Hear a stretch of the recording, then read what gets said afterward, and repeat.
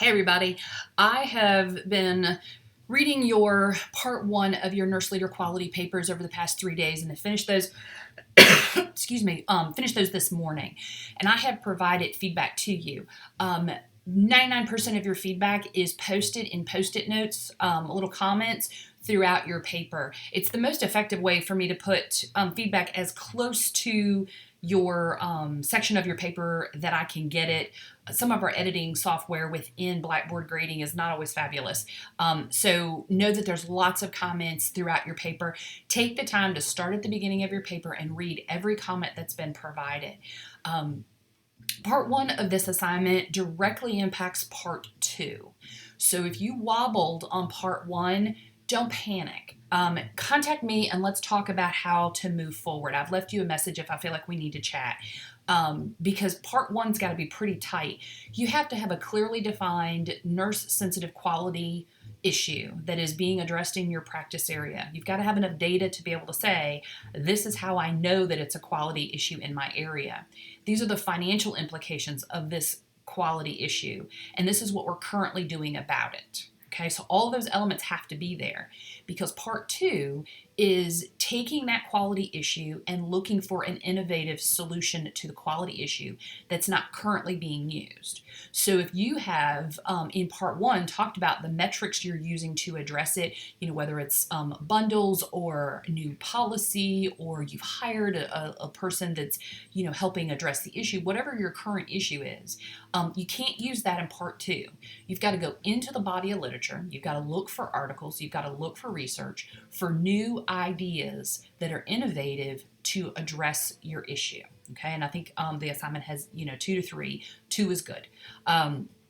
From a general writing standpoint, I think this is the only paper you've got for me.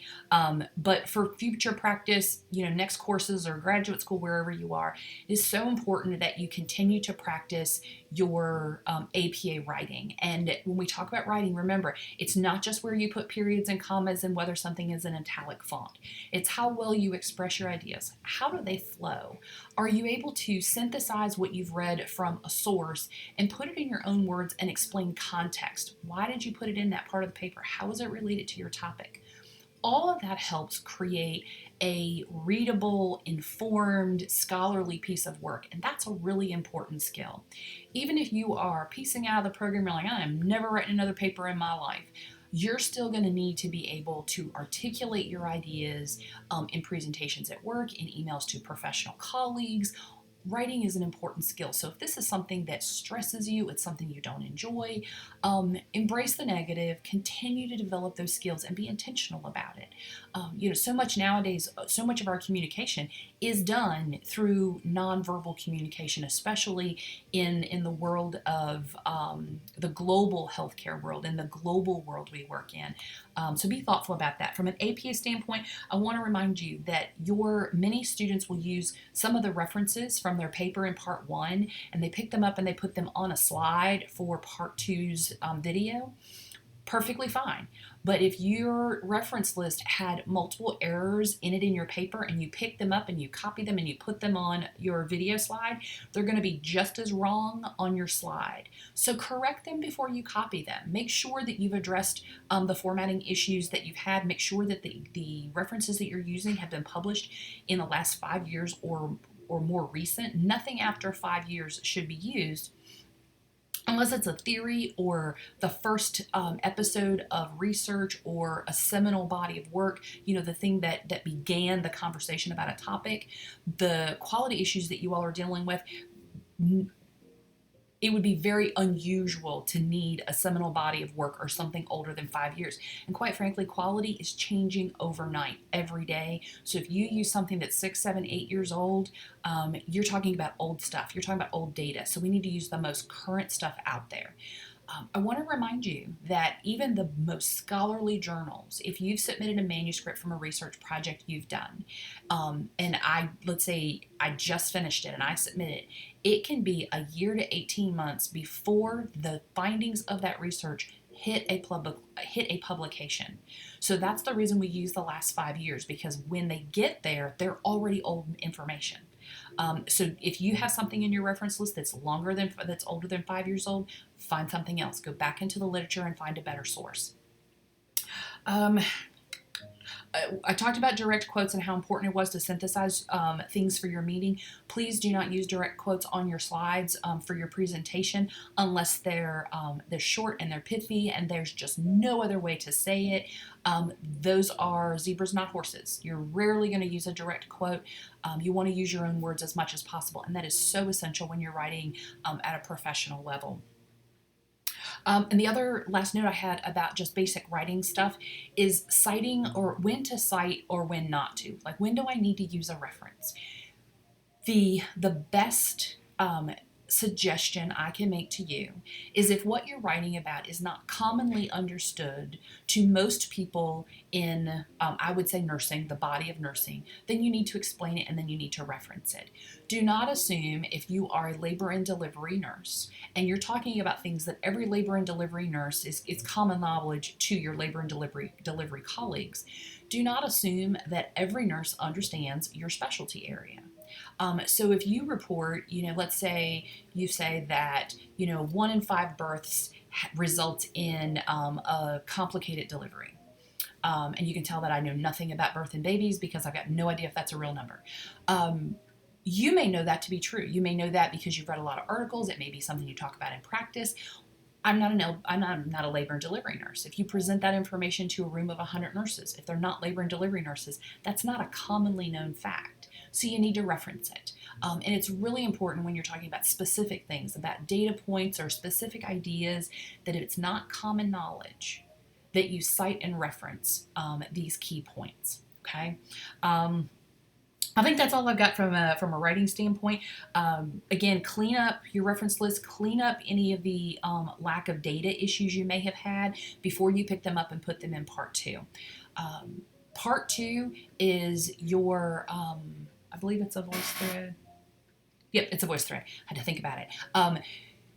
Make sure you listen to the feedback that you got from week 2 about proper development of a voice thread. It is not a voice over PowerPoint that you load into voice thread. So be sure you follow the format carefully and you develop a voice thread that has individual slides with individual comments and that address the rubric that has been presented. Again, I'm going to remind you, the key elements of part 2 are finding innovative solutions. They're not currently being done in your practice area to solve your specific nurse quality issue. Now, I want to remind you that innovation does not mean some new piece of technology. Sometimes it does, but it doesn't have to.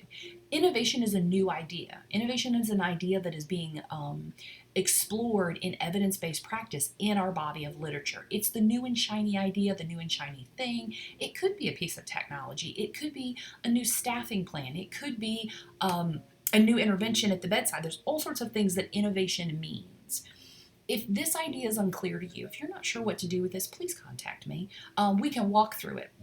But please look into the literature to look at what's currently being done in the last 5 years to address my quality issue, and then bring some ideas when we talk.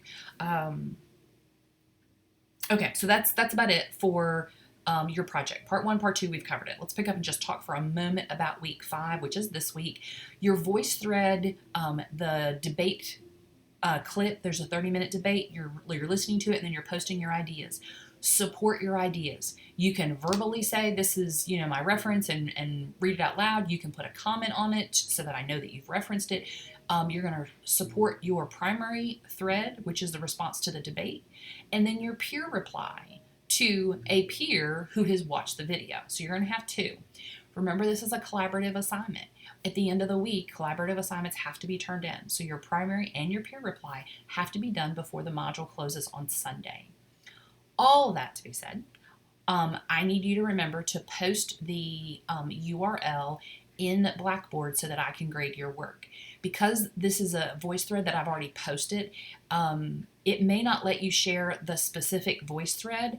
That's okay. Go up and copy the URL at the top of the page, copy that in, and then open Blackboard and drop it in. I can find your work in the voice thread as long as you have opened up As long as you sent me a URL of something, I know that you've done it, and I can go back in and I can find you, find your work there. So copy the URL if you can't, if it won't let you share it, and then drop it into Blackboard, submit it so that I know your work is done and it's done on time. I think that is, I have run out of notes, so I think that is it. If you have received feedback in your work this week and it is unclear, or you want to talk about it, I'm here. Next week I'm on campus doing some undergraduate things, and things are a little nutty, but I can chat later on this week. So just reach out to me sooner rather than later if you need to talk about your project, or if there are other concerns that you have. Know that I'm here. The closer we get to Thanksgiving, the more harried my world gets. So I strongly suspect that you're in the same bubble of lots of competing demands, lots of things moving and shaking in our world that are equally important. So know that I'm empathetic with that experience, and that I'm here. Let me know how you are. If there's anything I can do to support you, please remember to continue to use the Ask the Professor for logistical questions. Email me personally with any questions or concerns, and be in touch. Have a great rest of your week.